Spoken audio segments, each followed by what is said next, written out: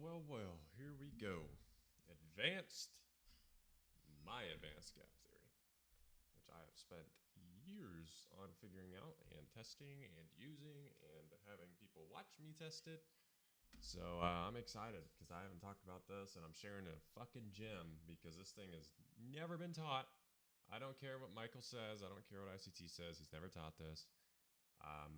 If he has, please show me the video because I've watched them all. Unless he's talked about it in the last 2 days, I doubt he will ever talk about this because this is his gym too. But also, if you do this stuff a lot, you probably can see little things about it. But this thing is really good. So, advanced gap theory by me, of course. My authorship. This is my concept. I don't give a fuck what anyone says. My concept. This is mine. You won't hear it about anything, or you won't hear about it anywhere else. I made this. So, we're going to start it off. I did not make fair value gaps. I'm not claiming I made fair value gaps. That's not the highlight of this video, but I'm going to explain traditional ones so you get the grasp of what I added on to it, I guess you could say. So, like a traditional fair value gap in the image to the right, that is a traditional one, as we all know. It's a 3-body candle formation, just like mine that I'm about to present, but works a little differently. So you have your first candle, this big candle, and then this candle. In here, you see the wicks are not overlapping. That's how you do your traditional fair value gap. What is the point? Why does that work? Well, it's basically a sell side imbalance, buy side inefficiency. So meaning, that's where the SIBI comes into play right there, meaning that there is not enough buy side been offered in this direction, this big down candle. It did not offer fair value to buyers. That is literally it. That's where we get the term fair value gap, because there's no fair value to buyers in this whole entire thing. So what is it going to do? It's going to reference that to use as a support to go lower, or resistance. I don't know. I'm not used to the terms with fucking support resistance. I haven't traded it in years. So which is a bearish fair value gap highlighted by the word SIBI. This could be SIBI, it could be fair value gap. Doesn't matter. I'm not going to get crazy with you guys, but this is the traditional bearish fair value gap, which we intend to use as support if we are bearish, and vice versa for bullish. So bullish, there's your example. I can already see mine right there, which is beautiful. So I think that's a 15-minute. It's all fractal. Don't worry about whatever time frame. It's all fractal. Don't skip ahead because you're not going to listen to me, and you're going to look at the end and be like, what the fuck is he talking about, when I go and show you live examples of this. So what happens if there isn't a traditional fair value gap that you can use? As we know, the market has been very, very crazy. And not always we are rewarded with the fact that we have a fair value gap. So what do? If you're very good at fair value gaps, I really recommend you do this video. If you're not, obviously you can use other levels, or you could use this and your other levels. Pair them together. They're really strong. But what happens if there isn't a fair value gap? The market will still reference a fair value gap, but not in the traditional way that everybody thinks. It can reference two wicks that come together from the immediate rebalance we have been taught. What the fuck is he talking about? Immediate rebalance? Oh my god, he's all over the place again.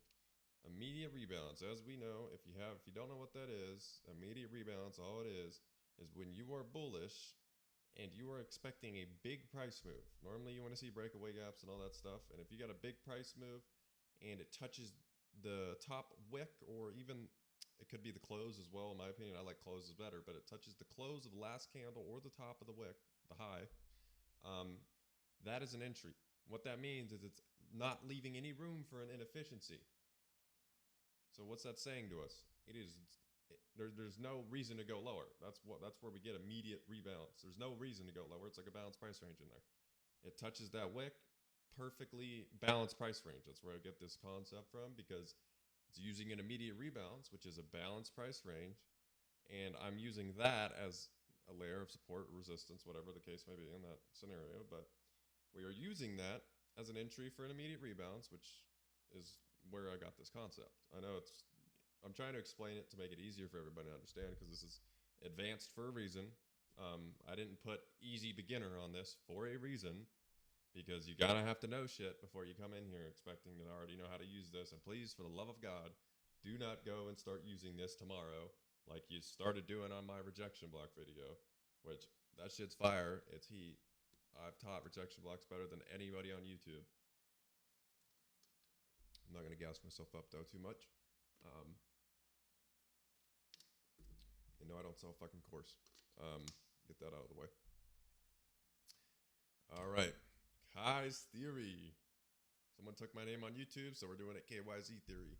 Because people keep calling me that, and I kind of like it. So with all of the testing and almost half a decade of trading, I've noticed a pattern to help in the tricky, not clean markets to use as a level that is working as a traditional fair value gap. Disclaimer: if you don't know how to trade yet, do not click on this video. It is for the people trying to get deeper grasp of trading to really see how this stuff operates and works. Disclaimer: do not use this if you're brand new. Go to a beginner video, go to someone else's channel. This is not the one for you. I have beginner videos. Do not click on this video. Plain end of story. And I'm not a financial advisor either. We'll add that in there too. So the theory is taking the two wicks that just touch each other and grading the CE of each wick as shown in the next slide. I'll give you guys an example. Once you grade it, you draw your traditional rectangle fair value gap off of the CE of both of those wicks. So in what I'm saying, let me see if I can make it a little bit easier to digest, okay? I know it's going to make no sense, but once you start seeing it, you'll be like, all right, now I'm understanding how the fuck he's drawing it and all that stuff. So you take the CE of two wicks that immediately touch. Now, they happen a lot, so you got to learn how to pick the good ones, and I'll leave that for your own fun. But you take the CE, and you take almost like a fair value. It's a three-body formation, just like a fair value gap. You take the top CE of that long wick that touches the third body or candle. There we go. In that formation, you take the top CE and then you take the bottom CE and then you draw a rectangle. That's it. That is literally it. It'll make more sense when I show you an example. It's just hard trying to make it to where it is easy to digest with just words, which we all know is very hard in this stuff. It can confuse the hell out of you. So if you want to wait for the example, which is right here. Look at that. Oh, and I realized that this is very, very tiny, which was not on my screen. But we have a little bit of a thing that's pretty cool here. So here's a bearish example. I'm not going to show you a bullish one on PowerPoint. I will show you that on my chart. But here we go. So right here, same thing. There's one here too. All right. So what am I doing in this? I showed you 3 examples. So we'll do it right here. So what did I do? What was the rules I portrayed to you? Grade 3-body candle formation, actually. So 1, 2, 3. Bang. Oh yeah. Fuck yeah. Look at that. 1, 2, 3. This is a balanced price range. We've offered up. We've been offered down. We've been offered up. We've been offered down. So what are we going to do? For bearish, guess what? We can use that to our advantage. What does that mean? You grade this right here. Grade that wick. You get the CE. That's that red line depicting right here. That's that red line. I know it's kind of hard to see. Bear with me. I'll show you the live one. And then you get, that's the top CE. You get the CE of this wick that digs into the one that we just took. It actually digs into the CE, funny enough. And guess what you do?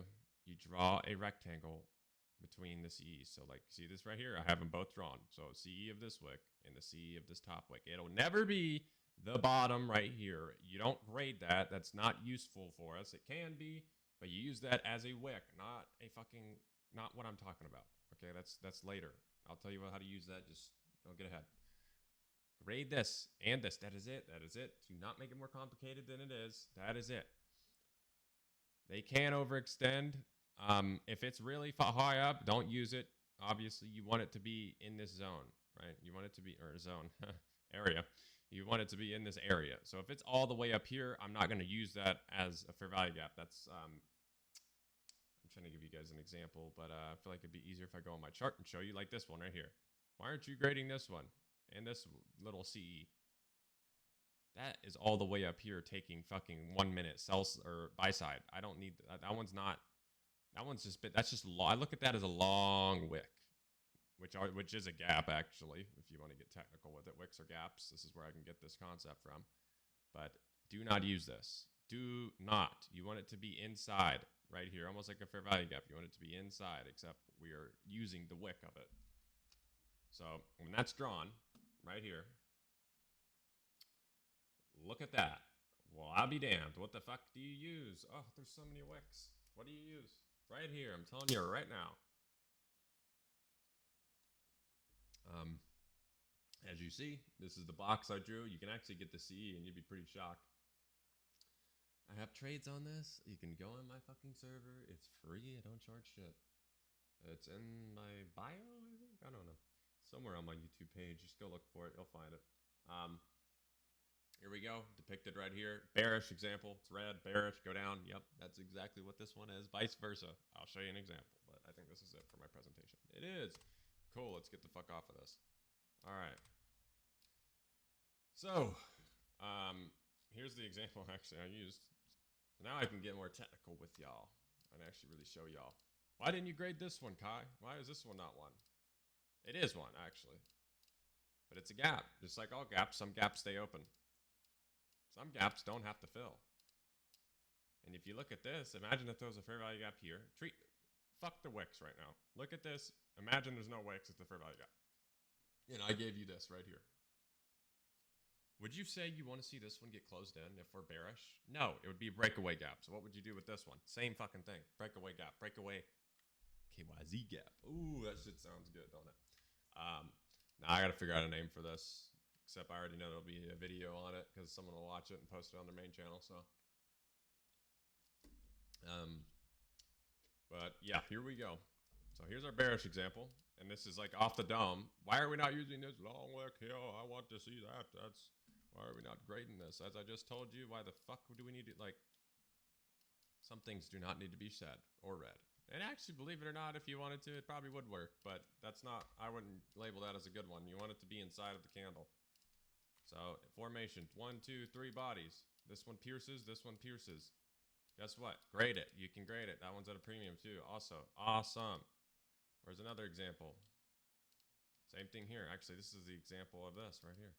Why did this one stay open? Well, look at this. There's one here, one here. Actually, they both left open though. Probably be a 4-hour breakaway gap there.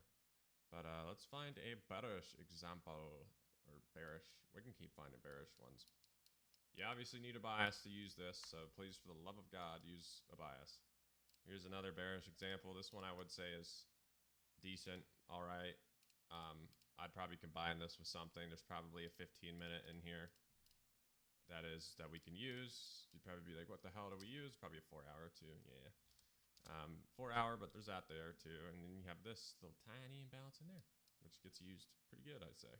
Uses CE. What the hell else are you going to use in this range besides this, which would be beautiful too? Pair it up with that. That's how we get confluences, baby. So there's another bearish example. We're going to keep doing bearish examples because we're in a bearish trend right now until we, start flipping. So let's look at our daily chart here. Yeah, we're bearish. So let's actually go. We're going to go back over here. And how you actually can find a concept like this is you go on your daily chart because that's where you want to get like the meat and bones of everything. So like this would be actually a perfect example, and this one lost because I'm not bullshitting you. These lose. That's how it works. They lose. Gets ran through, but guess what? What did I say? Inversion aspect. Oh, he's just crazy. He is wild. And look at that. And look at that. So we had a SIBI, or we had my fair value gap. That was bearish. Get used right here. We touch it here, touch the bottom of it, close, random, right? And then we shoot through it. So what do? Oh, there's no level. We shot through this. Like, what? Well, look at there. Well, I'm going to do it as an inversion, but guess what? Guess fucking what? And then we have reclaimed to the right. Ain't that some shit? Ain't that some shit? Ain't that some shit? Oof. They have an inversion aspect. You would never fucking know this if I didn't come out here and say this. And if you have some shit to say, I don't care. I'm deleting you, blocking you on everything. I don't fucking care. I'm doing this out of the goodwill of my heart. Because I think it's really awesome information. And if you're all crazy like I am, then you'll love it. So, ooh, no, not that. No, what the fuck? All right, there we go. I'm having my problems again. Same thing here. Where's another example here? Daily doesn't really give too many of these examples because the daily likes giving fair value gaps. Like this would almost be one here. This is one here. I told you I don't really. Oh yeah, no, this one's not on. Whoops, my bad. This is one here. There's another bearish example. That one's not very good. If it's that tiny, like that's not very big to me. But it is one. I'll show you guys every single one of them that you can use. So you guys get a grasp, and then you can start looking at it. But like when you have this really shitty price action like this, like up, down, obviously don't use this. Like that's just stupid. Why would you use that? This is long. Even this is terrible, but we'll use it for the sake of argument. Actually, you could use this, but I'm not going to get too crazy with it and fuck you guys up. But the concept derives upon an immediate rebalance. So that's what we really like. That's where this is deriving it from. So it's a balanced price range. I'm trying to bang that in your head real fast because it's balanced. We don't want to see. I'd actually am shocked that there's not one in here that's worth a fuck. I guess you probably could use this as well. Like this is really the only one I see that's worth a shit is this one right here. And it gets ran through, but I was bearish or bullish. It gets ran through, that becomes an inversion. It's funny how that gets used. That becomes an inversion. I use the wick still. I wouldn't count that, but you know, to each their own. It was somewhere around there. But the inversion aspect is fucking beautiful. It works like butter. Oh my god. So does the regular traditional way. But the daily chart really isn't showing too many. But also I'm testing way far back than most of you have even traded. So let us find some more examples here. Oh, why do you take so long? Fuck off. Here's a bullish example right here. I wouldn't rate this one too big, but it's even better because it's also a different one. You would grade, wrong way, wrong one, whoopsie. Here's a beautiful example that's bearish on the daily chart. This is a beautiful one. It's exactly what you want right there. Just slams down. Beautiful example. What would you use in this? Please tell me. On the daily chart. I know what I'd use. You don't have to just use this concept, but just using this concept works pretty damn well, I'd say. Sibby gets inverted. Bang, look at that. Like it's like fucking science. That's what you could use with it. Pair that with it. Pair the actual change in the state here. Probably a 4-hour range order block in there as well. Like just beautiful stuff. Really, really beautiful stuff. Same thing here. Use the wick. All that fun shit. Beautiful example here. Oh my god, that's probably the best one. Sibby right here. I know I'm doing a lot of Sibby things, but they're just on a lower time frame. They work really, really well. Really, really well. I'll make this red so you know it's Sibby. But look what happens when it gets inverted. Inverted. Whoa, that sounded weird. We'll make it red for our case of bearishness here. Bang, shoots down. Bang, shoots down. Bang, shoots down. Touches it here. Bang. I mean, look at that. Even touches it here. Bang. Just bang. Starts her. Bang. Really fun to do that. One in here too. Bang, bang. Touches it here. Gets inverted. Uses it here. Bounces up. Takes that out. Goes to this one. Takes that high out. It's hiding from you, motherfucker. It is hiding.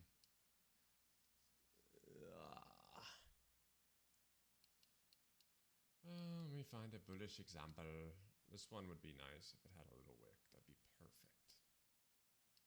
But obviously there's fair value gaps everywhere. So it's like, this is when there's not a fair value gap, which that's pretty rare, as we all know. So I'm utilizing every condition. So when you have horseshit conditions like this, like where it's just up and down, up and down, up and down, up and down. I mean, this could count. Very tiny though. But honestly, I don't think it really matters too much on how tiny it is. I really couldn't give a fuck.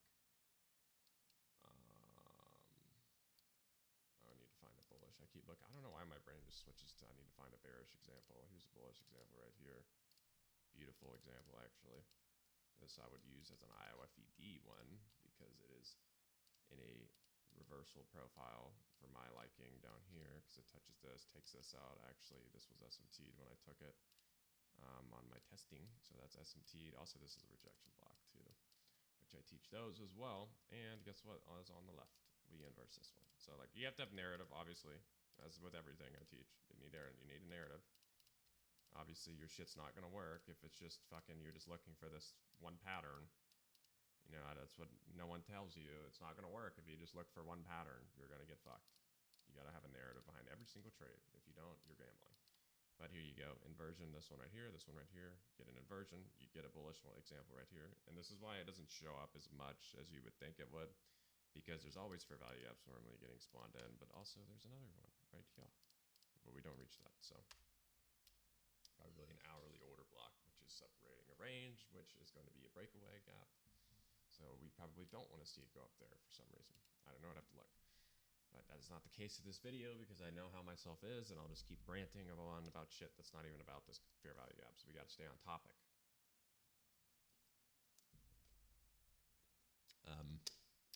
But I feel like I've done a lot of examples. I mean, realistically, you're grading this wick, taking the C, pull it out. Inversion, we run up above it. How do we want it to react? We want it to be used as support to move up. We don't want it closing past this middle line of those two CEs. Those are really important. We want it closing in the upper quartile, which it does beautifully right here. Also, what do we have down here? A breakaway gap. There's your fair value gap, but look what we have separating it. Why doesn't it come to it? Well, this is a breakaway gap, and guess what's up above it? A fucking inversion of my gap. Mine. This is my gap. I don't give a shit what you say. It's my gap. Go find it. Go find it. I love saying that. But here's your bullish one. We'll make this blue. Bullish one right here. Grading that wick. Guess what? Bang, it shoots up. IOFED. Bang. Institutional order flow intro. I did not make that concept. Michael did. They're just beautiful. What can I say? Another bullish example right here. Bang, bang, bang. What do? We respect that mean threshold. Whoops. Respect the CE of both pretty well, I'd say. There's another bullish example. What do we have to the left? Parrot, bang, inversion, bang. What do we have? Our range order block. Pull that over, bang. A daily inversion of it, bang. Like, look at that. Narratives just off of this thing. It's crazy. But I'm going to get out of here because I feel like I've done enough examples. I hope you guys have a good rest of your week. I'll be uploading more, hopefully, if I can remember. But yeah, I hope you guys learned something new, and I hope you guys like it. Stay tuned.